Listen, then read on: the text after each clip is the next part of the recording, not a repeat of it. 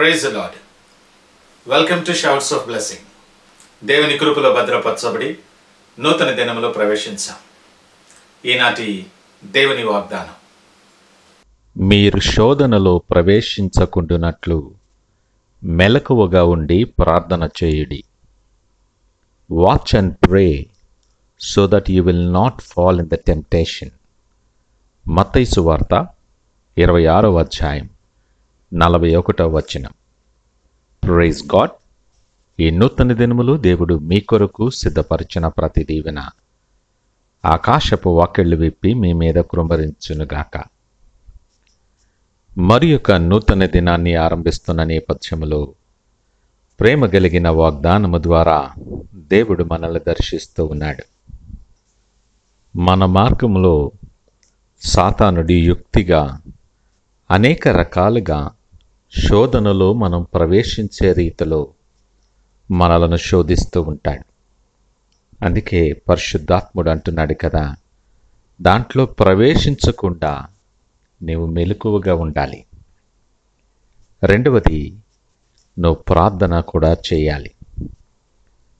సాతాను అనేకసార్లు నీ పరిస్థితుల ప్రభావము చొప్పున నీవున్నటువంటి ఆ నేపథ్యాన్ని బట్టి, నువ్వు ఎదురు చూస్తున్న అవకాశాన్ని బట్టి, నీ ఆశను బట్టి అనేక రకములుగా నిన్ను శోధిస్తాడు. నువ్వు దారి తప్పటానికి నిన్ను ప్రోత్సహిస్తాడు. ఆశ చూపి నీ అవసరాన్ని ఎరగా వాడుకొని మానసికంగా శారీరకముగా నిన్ను సతమతమయ్యేలాగా చేసి దారి తప్పించే ప్రక్రియలో నిన్ను శోధిస్తూ ఉంటాడు. తద్వారా నీ ఆశీర్వాదాలన్నిటి నుండి నిన్ను దూరంగా ఉంచుతాడు. నువ్వు ఆశీర్వాదాలు పొందుకొనుట అపవాదికి ఇష్టముండదు. ఎలాగైనా నిన్ను శోధనలో నెట్టివేయటానికి నిన్ను కన్ఫ్యూజ్ చేస్తాడు, నిన్ను భయపెడతాడు. అనేక విధములైనటువంటి నిరాశ నిస్పృహలతో నీ చుట్టూ ఒక వలయాన్ని ఏర్పరుస్తాడు.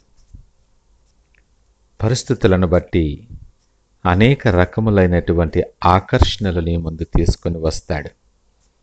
వీటన్నిటి ద్వారా ఏదో ఒక ఎర, ఏదో ఒక వలలో నువ్వు పడి బలహీనుడవై దేవునికి దూరస్తుడు కావాలని శోధన నీ దగ్గరకు తీసుకొని వస్తాడు సాతాను. దేవుడు అంటున్నాడు కదా, నువ్వు మెలకువగా ఉండాలి. దేవుడిచ్చిన జ్ఞానముతో నింపబడి మంచి చెడులు ఆలోచన చేయగలిగితే విజ్ఞత కలిగి పరిస్థితుల ప్రభావము చేత లేదా పరిస్థితుల నేపథ్యములో ప్రభావితము కాకుండా జాగ్రత్తగా మెలకువగా ఉండాలి.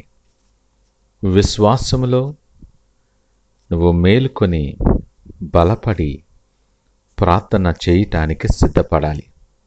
లేఖనమంటుంది, అవిశ్వాసులైన వారి మనోనేత్రాలకు ఈ యుగ సంబంధమైన దేవత గురుడితనము కలుగు చేస్తుంది.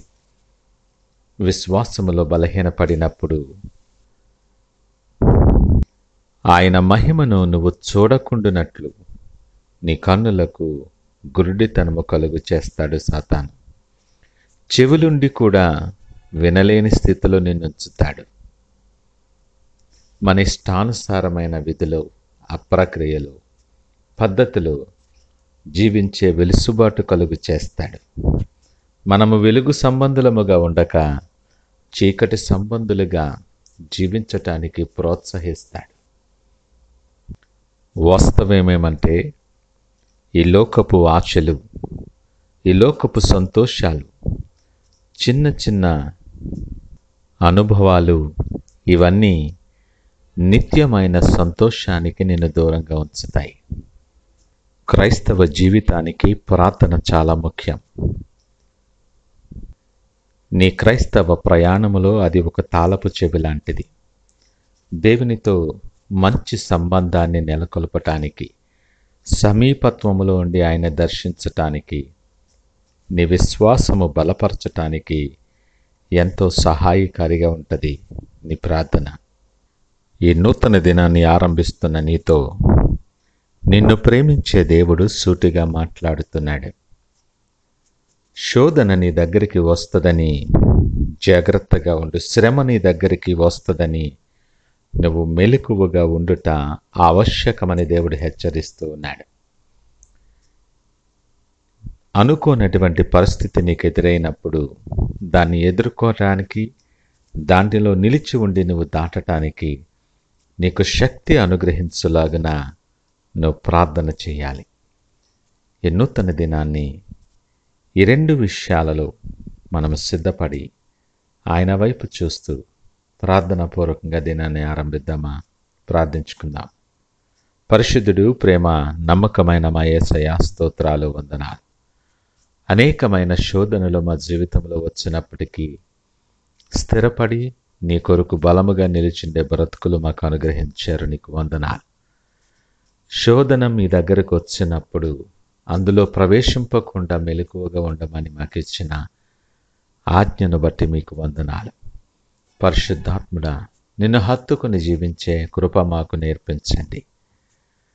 మేము బలపడటానికి నీ సన్నిధిలో ప్రార్థన చేస్తూ ఉన్నప్పుడు వాడుక చొప్పున, అలవాటు చొప్పున కాదు కానీ నీకిష్టుడిగా మారబడటానికి శక్తి కలిగిన విశ్వాస ప్రార్థన చేయటం మాకు నేర్పించి మమ్మల్ని దీవించి మీరే మహిమ, ఘనత, ప్రభావాలు పొందమని యేసు నామమున అడిగి వేడుకొనుచున్నాము తండ్రి. ఆమేన్. God bless you.